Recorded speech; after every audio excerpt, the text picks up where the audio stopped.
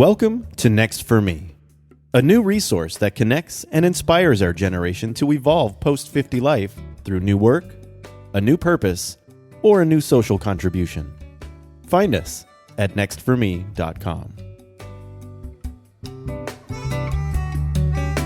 Hi, everybody. It's Jeff Tidwell from Next for Me, and today we have some great guests from the state of Indiana, Rob and Terri Bogue, who are authors of Extinguish Burnout. Yes, you all know what burnout is, I'm sure. So welcome to both of you. Well, thanks, Jeff. Thanks, Jeff. Great. You know what we're addressing over here is work and the financial future for people over 50. And so our mutual friend made an introduction to us because she thought what you're writing about is really relevant to those audiences too. So maybe you could begin with telling us a little bit about yourselves and how you ended up writing a book about burnout. Yeah, sure. So obviously, Rob, you can tell that from the voice. But I started writing about burnout back in 2003. I was working an IT job. I have an IT background, and I was just getting really frustrated and couldn't figure out the path forward. So I started writing about it back then, and mostly got through it and left it alone for years and years and years. And then Terri and I faced something with one of our kids, and they weren't doing what we wanted them to do, and she was getting really burned out by it. And that led me to start to do some research. And then, all right. So my background being healthcare, we were working on a conference presentation with someone, and I told her, hey, we've been doing some research on burnout, and this is about in September. And she's like, oh my gosh, that's awesome. We need a presentation from you on burnout in November before Thanksgiving because, going into the holidays, people need it. Yeah. And I looked at Rob and he kind of smiled. I'm like, sure, absolutely. We can put together a presentation in, 6-8 weeks. Mm-hmm. And we came back to the office, and Rob and I kind of started looking at it, and he says, we've got to write a book before we can write a presentation. Because that makes sense in my head somehow. Yeah. You're a writer as well, right? I mean, you that's part of your skill set is being a writer. Yeah. And I needed the book to organize my thoughts. I'd been doing all this research to try and help Terri and I get through this latest round of burnout, which is very different than what I had seen before. And I needed it as a process to be able to refine it and be able to get out of burnout quickly. And so we did that, and that became a book. And SHRM was looking for this kind of a topic, this sort of content. And we were able to launch the book at their annual conference here just a little more than a month ago. Nice. What is SHRM? Society of Human Resource Management. For human resource. Okay. Human resource. Yeah. And, so they've got lots of employees that, or employers and HR departments are looking at burnout and its impact on performance. Somewhere around 21 to 28% of an organization's annual payroll is being spent on them managing burnout in their employees. Wow. So the cost of keeping an employee and the consequences of burnout cost 21% of the cost of having that employee. Is that it? Well, yeah, it's sort of. So what it really is they turn over at 2.6 times the normal rate. And right now, according to Bureau of Labor Statistics, voluntary turnover is 26.9%. That leads you to a 60% turnover for somebody who says that they're often burnt out. And that costs somewhere between 1.5 and 2 times their annual salary. So it's a real cost. Yeah. And so what is the upshot of all of this? Are organizations implementing new planning or training or methods to help people cope with burnout? I think we're seeing the broader trend, which is they're worried about turnover, and burnout is getting swept up into that, where they're trying to figure out. You've probably seen the employee engagement stuff that people are doing, and they're getting more serious about. They're starting to recognize that this burnout thing is real and it's impacting the bottom line. Right. Yeah. Burnout really is almost like the opposite end of employee engagement. Yeah. Right. Disengagement. Yes, right. Exactly. Interesting. And so in doing your research and putting this all together, what were the big surprises for you? I think there's a piece of it that as humans, we don't look at self-care. We don't look at how do we get help and support, and that we can balance our demands. We can say no, and it's okay. We have a bathtub model we use to kind of demonstrate how you have this personal agency or this reserve, and the results and your support and your self-care feed into it, and your demands drain it. And for me, it was really seeing that these pieces are important, but self-care actually increases the amount of personal agency you have. So where we think, self-care is very indulgent and not positive, it actually is incredibly important. Yeah, it is the shame of being good to yourself that our modern labor world has forced on us, huh? I think that was the other thing that showed up in the research was that shame. A lot of the writing, not quite going back to Freudenberger's work in 1974 and 1980, but a lot of the work is shame-based, which we know is not effective at motivating people. And it's either shame about the person personally. Well, if you were just a stronger person, then you would not have burnout. It's obviously you are the problem. Or it's flipped over sometimes and the blame is placed on the organization. Well, if the organization was doing its job, well, then of course it wouldn't have burned out employees. And, neither is true. The reality is burnout is a natural result of complex systems, which all organizations are. Mm-hmm. Yeah. So the shame piece, we hear about that a lot when we talk to people about the struggle with finding ongoing employment as they grow older, and their financial preparedness for the idea of retirement. And so it goes against everything we've been raised for, especially boomers or early Gen X, which was, you follow these rules, you go to college, you do this thing, you save that money, and then you go play golf. Well, it just has not worked out that way for so many people. And there's an embarrassment and shame around talking about it, or a sense of failure. So we hear a lot about that as well. Well, and it's personal, right? And whether it's burnout or whether it's you're struggling to find a job in a market that's hostile, right now unemployment rates are low, but that doesn't mean that people don't struggle to find jobs. But because you're struggling doesn't mean you're bad. Right. It doesn't even mean that you did anything wrong. It's just where things are in the market. Yeah. And I think that applies. It applies not just to people who are struggling in the process of finding a job, but also people who are struggling with burnout. Right. Yeah. So have you heard about people who are on the job hunt and they experience burnout from that, the process of looking for work? I think that anecdotally we've heard a few things.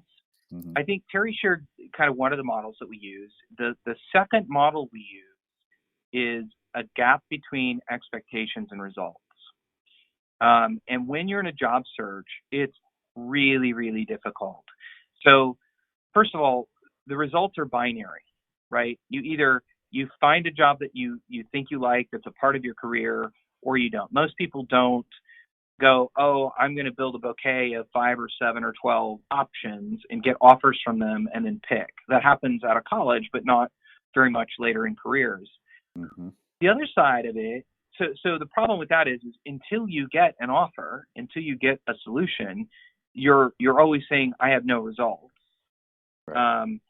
And some folks measure against interviews and callbacks and that kind of stuff, but ultimately the final measure is did I get a job?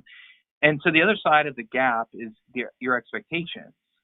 I think that most folks who are looking for work have never had a problem finding work, right? Like they when they got out of college, maybe it took them a couple of months, and maybe they had some transition for a layoff in the middle or something. But for the most part, the folks that are looking, they've not struggled.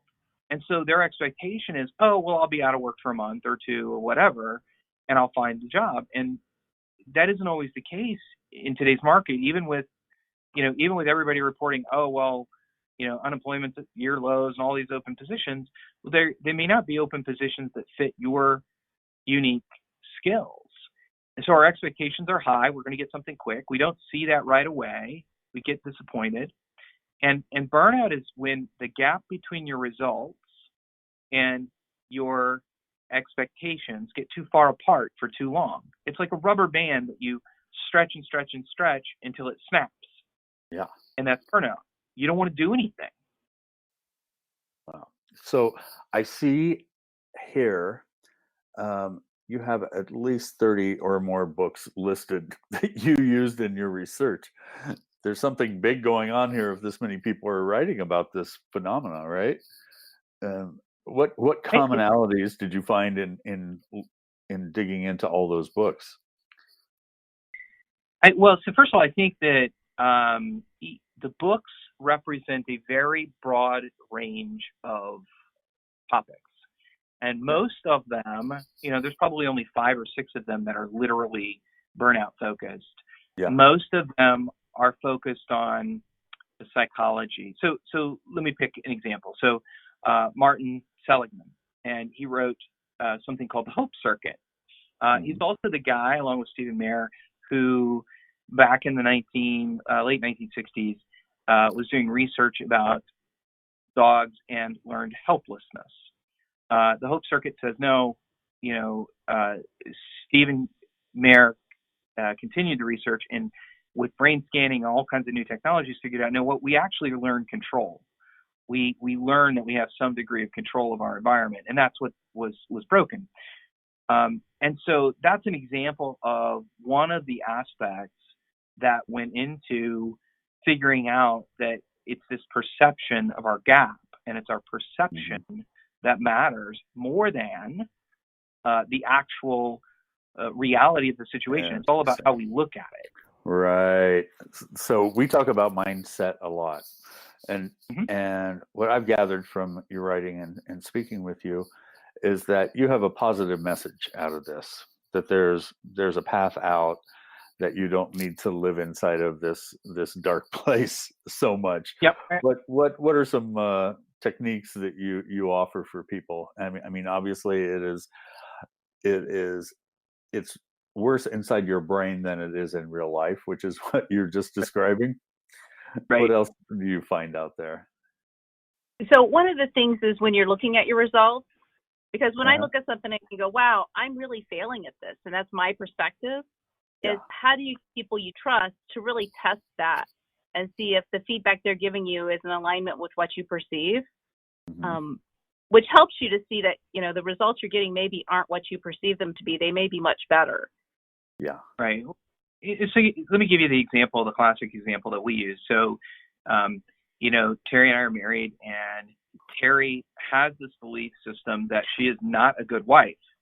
Now, I actually feel like it is my ability. I get to say whether she's being a good wife for me or not, right? And so I can tell Terri, you're being an excellent wife, you're loving and kind and all of these things. And if Terri doesn't accept those, if she doesn't listen to them and take them in to be a part of her and accept them as reality, well, she can still be striving to be a good wife and never get there. Right. And so that reality testing that she was talking about, checking with friends that you trust, that sort of thing, that's really important. I think the other thing that I might share is hope is an amazing thing. And sometimes hope gets crushed and you feel like there's no way out. But one of the books that is one of the references is The Psychology of Hope, and it's C.R. Snyder. And it is about the fact that there are two components to hope. One is way power, the understanding of how to get there, and the other one is willpower. Now, we all know willpower, and there's more writing about that. But the interesting component is actually way power. I think one of the cool things, Jeff, is the thing that you're doing is you're helping people find a way forward. I see. Way power. Okay. Yeah, it's like pathfinding. It's like having a map, knowing how to do it. Right. And so, what is super cool is you have the capacity to build hope in yourself. It's not like this thing that you got to get from somebody else. You can, by learning about what are the things that influence burnout, or what are the things that influence your ability to find the next job for you, the more you can learn about that, the more hopeful you can become, and the less burnout you'll experience. Yeah. Great. Well, I think this is very useful for our audience and our readers. They, a lot of people are in a job that does not feel right for them, and they feel the years ticking by, and they want to do something that's more fulfilling or more fills their pockets in a better way, and they may be just stuck in burnout where they are, and that's almost paralyzing them. So it sounds very hopeful, and I look forward to digging into it a little bit more. Any other advice for the folks listening in? I think the one other thing I would share is there is a relationship between burnout and depression. Some of the research is showing that the relationship is, if you stay in burnout too long, you'll end up with depression. Depression is, the biggest mental health issue we have in the United States and maybe the world today. So I think if people are feeling burnt out, or they're going, hey, I might be burnt out. This isn't feeling quite right for me. I feel stuck. Get some help.